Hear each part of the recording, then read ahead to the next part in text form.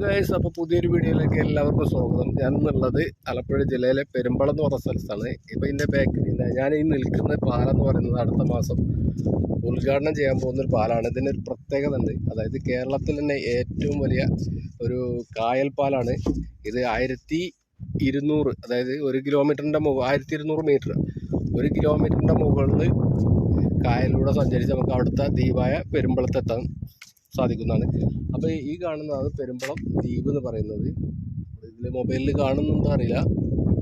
ഈ പാലത്തിൻ്റെ അക്കര, അതായത് ഇവിടെ പെരുമ്പളത്തിലുള്ള ആളുകൾ ആദ്യം ഇതിന് മുമ്പ് പോയിരുന്നത്, ഉദ്ഘാടനം കഴിഞ്ഞിട്ടില്ല, അടുത്ത മാസമാണ് ഉദ്ഘാടനം. അപ്പോൾ പോയിരുന്നത് ഇതേപോലെ ബോട്ടുകളുണ്ട്, സർക്കാരിൻ്റെ ബോട്ടുകളുണ്ട്, പിന്നെ ചെറിയ ചെറിയ വള്ളങ്ങളുണ്ട്. അപ്പോൾ ഇക്കരയിൽ നിന്ന് ആ പെരുമ്പളം ദ്വീപിലേക്ക് പോകാനായിട്ടുള്ള ആളുകൾ ഉപയോഗിച്ചിരുന്ന ബോട്ടുകളൊക്കെയാണ്.